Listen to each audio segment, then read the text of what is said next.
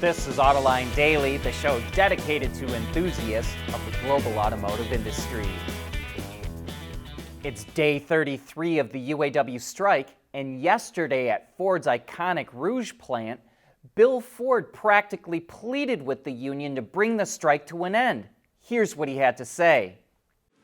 We can stop this now. And I call on my great UAW colleagues, some of whom I've known for decades. Many are close personal friends. We need to come together to bring an end to this acrimonious round of talks. Chairman Bill Ford went on to warn that the supplier community will start to collapse with an expanded strike, and MEMA, the Motor Equipment Manufacturers Association, which represents the supplier community, says the strike is already hurting them. 39% of suppliers have laid off line workers, up from 30% last week. Half of the suppliers who haven't laid off any workers say they will start laying them off in the next 2 weeks. And 80% of MEMA's members say they are worried about the financial stability of the suppliers that supply them. Even so, the union shows no signs of backing down, just the opposite. Shawn Fain, the UAW president, immediately shot down Bill Ford's plea with this post on X. Bill Ford knows exactly how to settle this strike, Fain wrote. Instead of threatening to close the Rouge, he should call up Jim Farley, tell him to stop playing games and get a deal done, or we'll close the Rouge for him.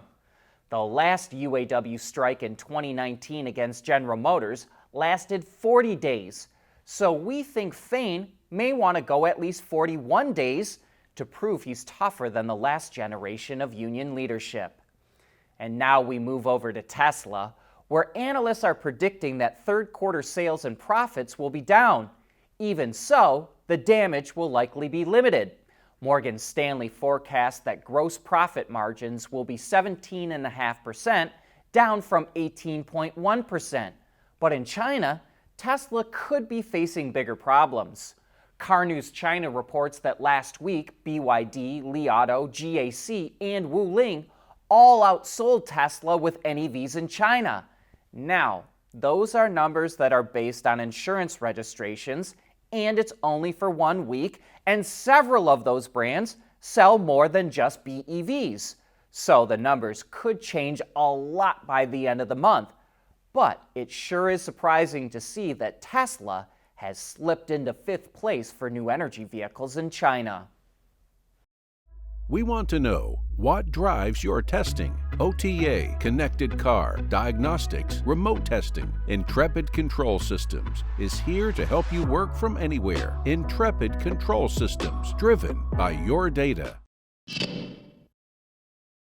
The Alliance for Automotive Innovation, a lobbying group in the U.S. that represents most of the major automakers, is once again criticizing the Biden administration's proposal to boost the fuel economy standards.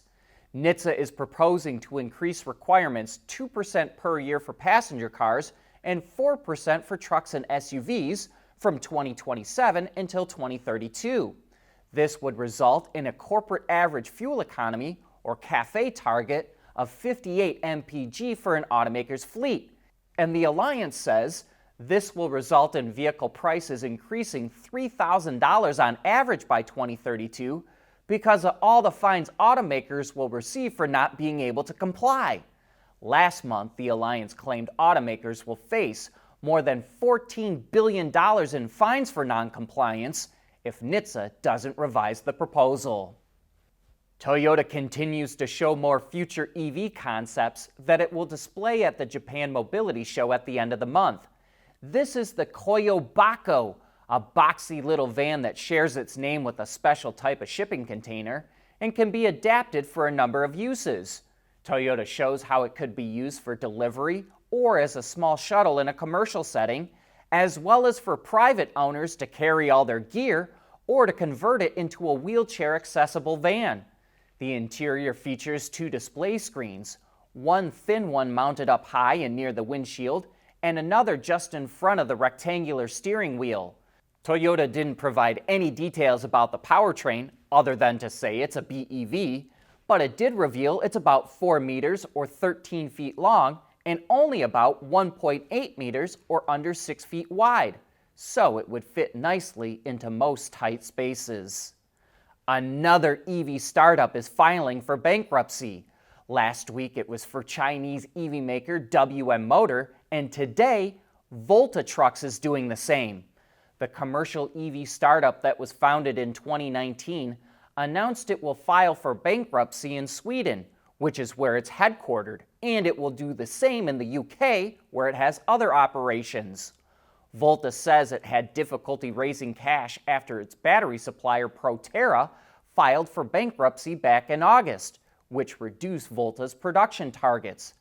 But there's also a lot more competition in or coming to the electric truck segment. We have more details about a Stellantis partnership with Chinese automaker Leapmotor that we first reported about in late August. Car News China reports that Stellantis is wrapping up its investment to buy a vehicle platform from Leapmotor that supports both BEV and extended-range electric vehicles. Leapmotor has already shown its own model on this platform, an SUV called the C10, but the company always hoped to supply it to other automakers. That now includes Stellantis, but previous reports say that VW's standalone Jetta brand in China is also getting the platform. And as we know, the Volkswagen brand signed a deal to get an EV platform from XPeng, and Audi is turning to SAIC for an EV platform. So a number of foreign companies are turning to Chinese automakers to speed up their electric transition. Automakers want to reduce their reliance on rare earth elements because the market is dominated by China and there are environmental concerns over mining them. That's why a UK-based car audio company called Warwick Acoustics has developed speakers that don't use rare earth elements. While there is a lot of focus on reducing rare earths in EV motors, Warwick says as much as 30% of the rare earth content in a premium EV is actually in the audio system. Instead of a magnet, Warwick speakers replaces them with a 1 millimeter thin electrostatic panel, which reduces the weight by 90% compared to a conventional speaker.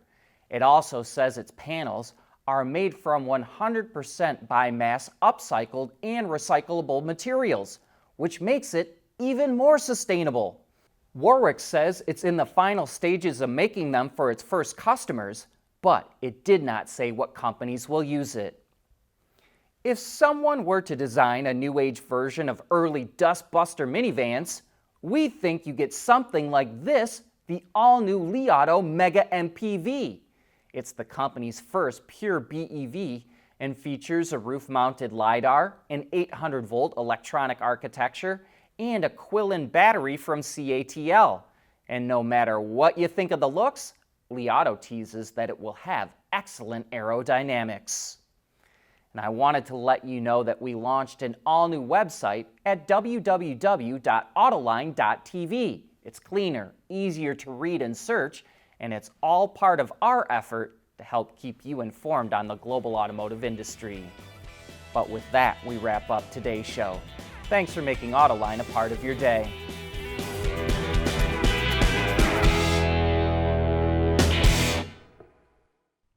Autoline Daily is brought to you by Bridgestone, solutions for your journey.